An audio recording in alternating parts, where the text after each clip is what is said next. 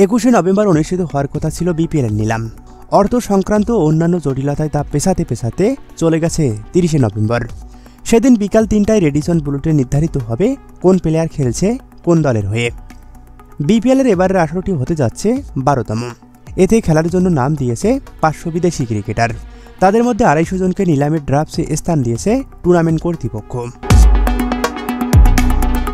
প্রায় এক যুগ আগে বিপিএলের নিলাম পদ্ধতি চালু ছিল।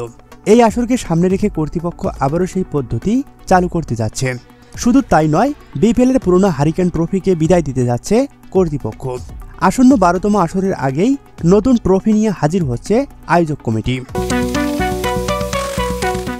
শুরুতে 5 দলকে নিয়ে বিপিএল আয়োজনের পরিকল্পনা ছিল বাংলাদেশ ক্রিকেট বোর্ডের। তবে তরুণ ক্রিকেটারদের কথা মাথায় রেখে দল সংখ্যা বাড়ানো হয়েছে। নতুন যুক্ত হয়েছে নোয়াখালী এক্সপ্রেস। আর এবারের বিপিএল শুরু হবে 19শে ডিসেম্বর। প্রথম ম্যাচ মাঠে গড়াবে সিলেটে, যার ফাইনাল ম্যাচ অনুষ্ঠিত হবে 16 জানুয়ারি। তবে তার আগে 17 ডিসেম্বর উদ্বোধনী অনুষ্ঠান করার পরিকল্পনা করছে আয়োজক কমিটি।